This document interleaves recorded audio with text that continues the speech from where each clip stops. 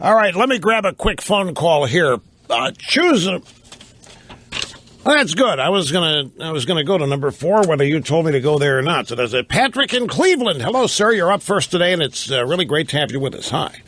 Thanks, Rush. Honor. A 24-year member of the Institute of Conservative Studies, except I'm feeling that I'm going to have to resign my position, Rush. I've been listening to you, again, for 24 years, listening to you for the last couple months, and I'm tired of hearing that any criticism of Trump always has to be framed as if it's the establishment against Trump.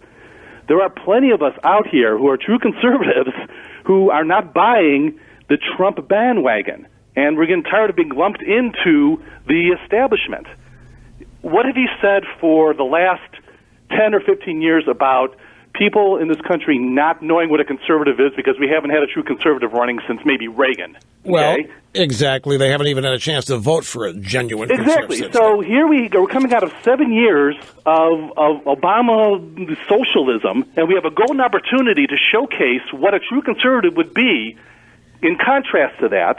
Yeah. And what are we doing? We're on the verge of nominating a con artist who is flip-flops on everything. He never answers a question. All he ever does is deflect and attack. The whole New York Times thing is a perfect example of that. And we're going to blow it. We're definitely going to blow it. And if he gets in or Hillary gets in, what's the freaking difference? I mean, it's the same thing.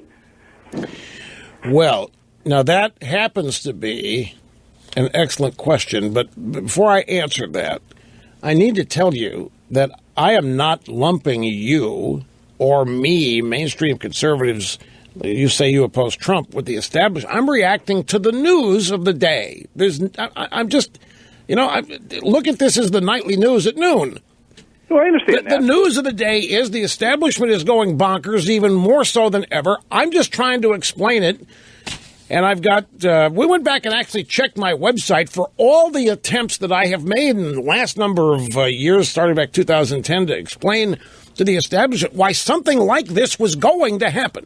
And now, I understand that. And believe me, I am no fan of the establishment whatsoever. I understand perfectly why this is happening. I understand. I mean, you kind of touched on it with the Brokaw thing, where Brokaw said, well, it's because they're not working with Obama. Hey, and now, I hang agree on. with you. That's hold it right there. Hope you can hold on, because I've reached the moment where I can't let the break float. I've got to take it now. But I hope you can hold on. We'll pick it up here in the next hour as soon as we can.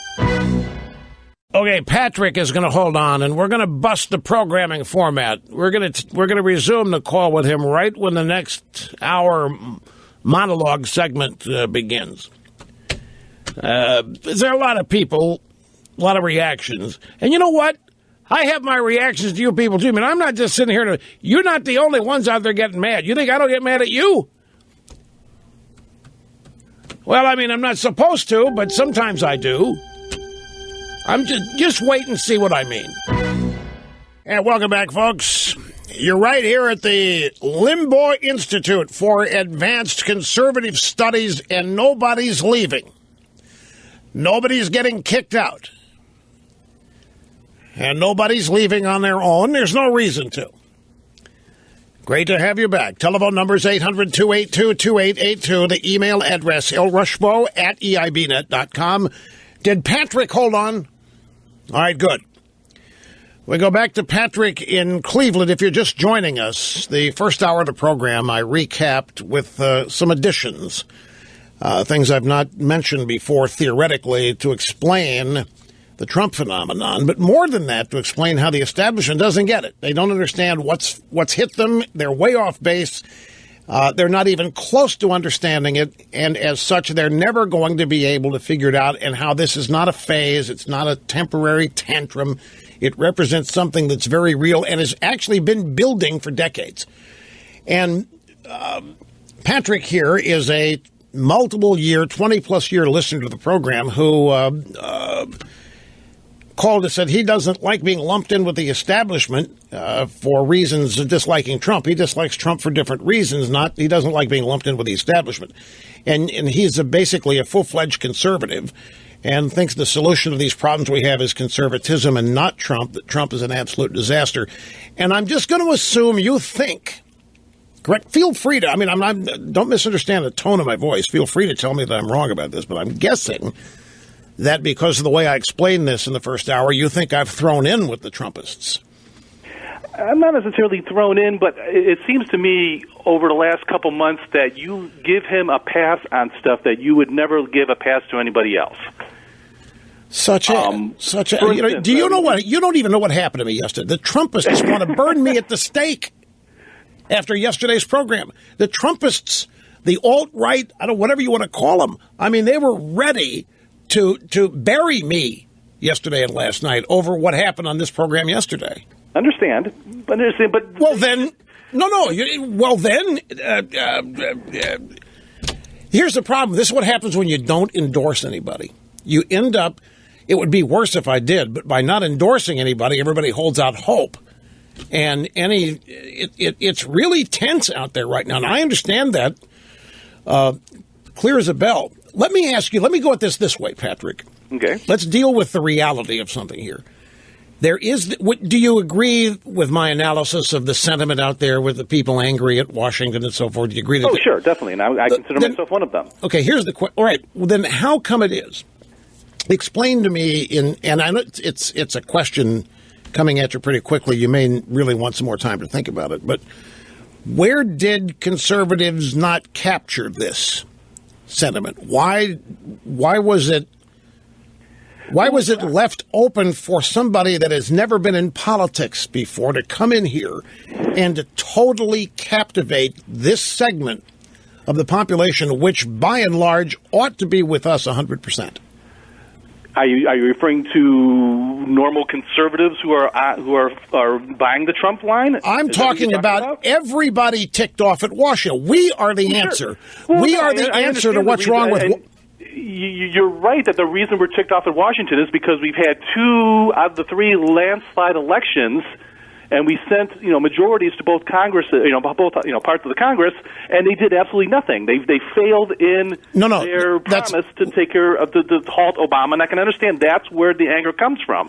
But the question becomes, what is the solution? No, wait. I don't think I obviously didn't explain my question, frame it properly. You have what's gone on in Washington in the last 7 years, what's gone on in the last 27 years, okay? The opposition, what's gone on there is full-fledged, unabashed liberalism that has been unchecked and unstopped by the Republican Party, which has made it clear it's not conservative and doesn't want to be. True. So the question is, with this many millions of people angry, upset, disaffected, feeling left out, whatever, at both parties in Washington, why wasn't conservatism turned to by these people instead of Trump? Because we haven't had a conservative candidate. But there's been plenty of conservatism out there. We've got. But it hasn't manifested itself in the people we're sending. We do. We've got Ted Cruz. Exactly. Thank you.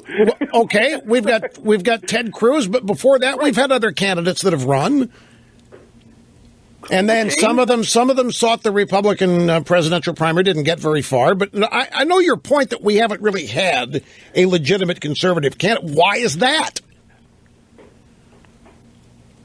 You know what? I don't know. I wish I knew the answer to that because, and it's not for lack of trying. See, I think the answer to that is part of this problem.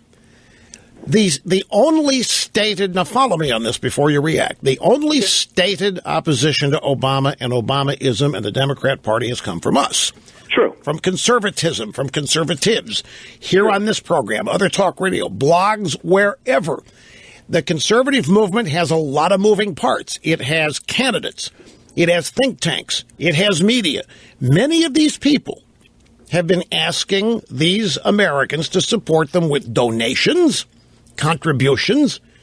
The come on has been, help us do our work and we will convert Washington to conservatism. We are the way to get to policymakers to infuse what they do with conservative beliefs. People have been sending them money. People have been supporting them. People have been voting. They're going on their seminars and whatever. And I think a point was reached where they said, where is all this conservatism that we've been supporting? Where is it? It hasn't shown up in the Republican Party.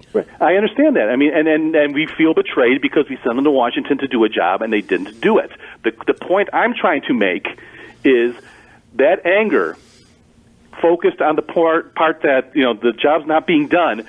How is Donald Trump going to do that? How is Donald Trump not going to be any different when he's already said he's going to go to Washington and he's going to make deals?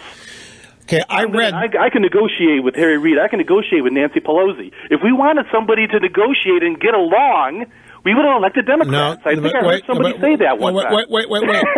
No. This is important now. This is why, I say sometimes I get mad too. I put in a lot of time here. Working, I did nothing all night but work on this very stuff that we're talking about. I was 7 hours last night. And sometimes it gets very frustrating when I say it over and over and still am not heard. Now, let me explain this once again. You can talk about what you just said, that Trump supporters ought to see, my God, he's going to negotiate with Pelosi and Reid. That's not how they hear it. Patrick, they hear Trump say he's going to beat them. He's going to cream them. He's going to cream Pelosi. He's going to cream Reid. Whether he does it, that's what they hear. They hear he's going to cream the Chinese. He's going to cream the Japanese. He's going to clean up the border. He may have to do deals with these people, but he's not going to cave to them. That's how they hear it because that's what they want to believe. I understand that, but okay. Where's the reality involved? Where's to go back 20, 30 years? Where's the beef? Okay, I can make speeches like that all day. I can answer. I'm not going to know what the hell I'm doing when I get there. I'm going to not work in my own best interest once I get there. I can answer every question you say. Where's the beef?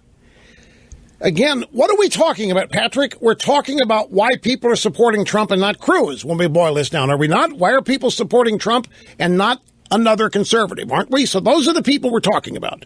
I would think so, yeah. Okay, so when you ask these questions, where's the beef? They look at everybody in Washington as part of the guilty, whether they're Republicans or Democrats or not.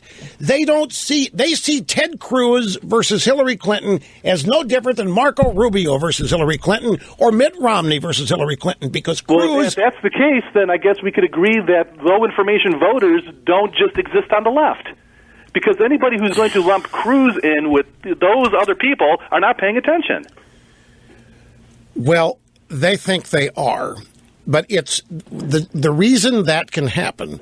Like you and I both know that Cruz is a bigger outsider than even Trump. We know that exactly. For all that Trump has talked about, Cruz is done. Exactly. Okay?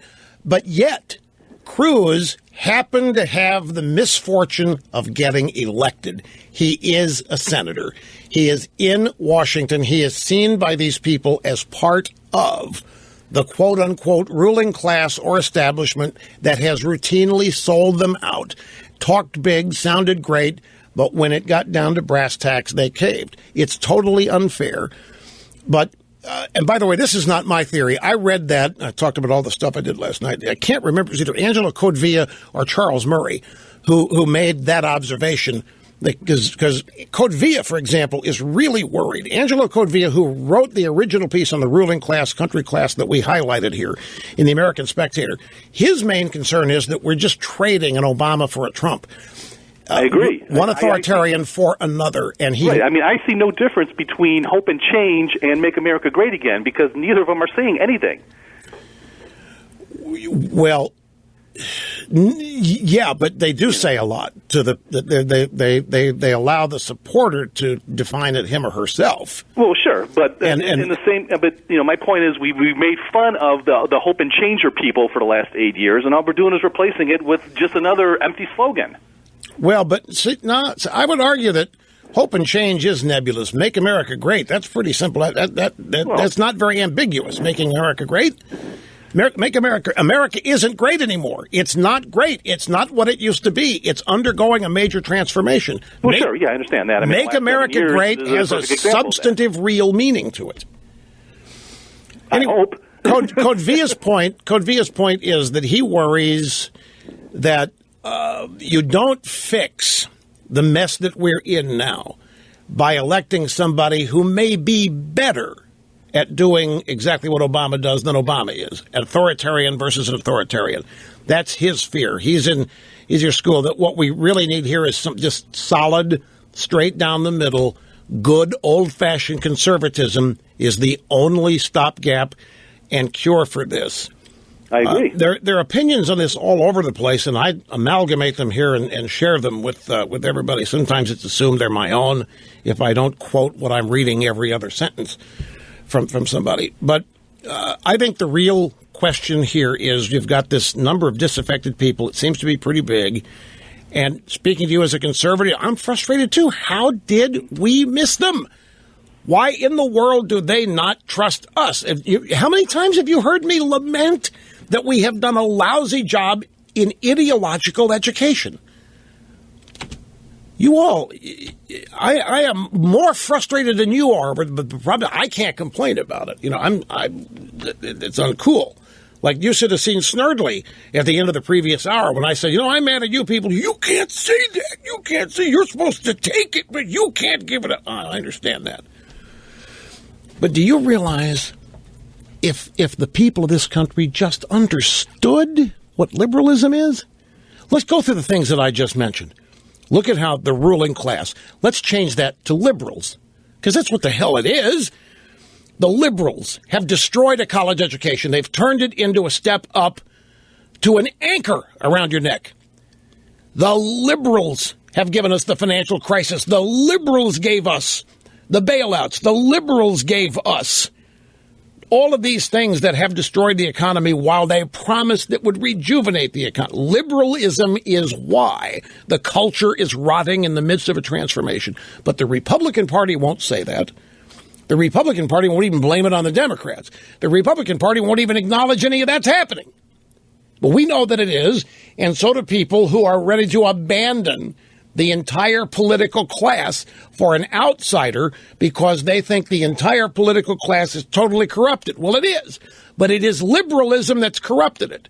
And I wish there had been ongoing ideological education so that people knew when they saw a liberal, listen to a liberal, it automatically meant vote against them. But we're not there. I have been after that. I have been wishing that, and that's what this program is a solution to every day. This program amounts to solutions to every problem that's out there. And the first thing I do is explain and define the problem, illustrate why we have it, so forth. I'm as frustrated as anybody. This is a golden opportunity. I can tell you there's a lot of people in the conservative movement who are not really conservative, not like you and I, but they claim to be. And they are sitting out there and they're wondering, you know, they're telling themselves, we owned this. We had the best field of candidates. All they had was Hillary, and Bernie gets in late. This was our year. We were, and then Trump gets in. And they think all is lost because they're blaming Trump for screwing up the best opportunity they've ever had. And they need to ask themselves the question, if you guys had all the answers, then why did nobody hear you? If you guys have all the answers, why did nobody listen? Why didn't anybody believe you? And that gets translated as, where is all this conservatism you guys have been talking about? Where is all this conservatism you guys have been selling? You've asked for my money. You want me to read your position papers. You want me to read your policy analysis. But where is it in my life? Where is it stopping anything? And they don't see it. So here comes Trump, just like here came Perot. And the parallels to that are interesting, too, even more so with Trump, because Perot really didn't want to win. But Trump does. Anyway, Patrick, I appreciate you holding on all this time for the top of the hour to continue the conversation. I have to take another brief obscene profit break. We'll do that and be back right after this. Don't go away.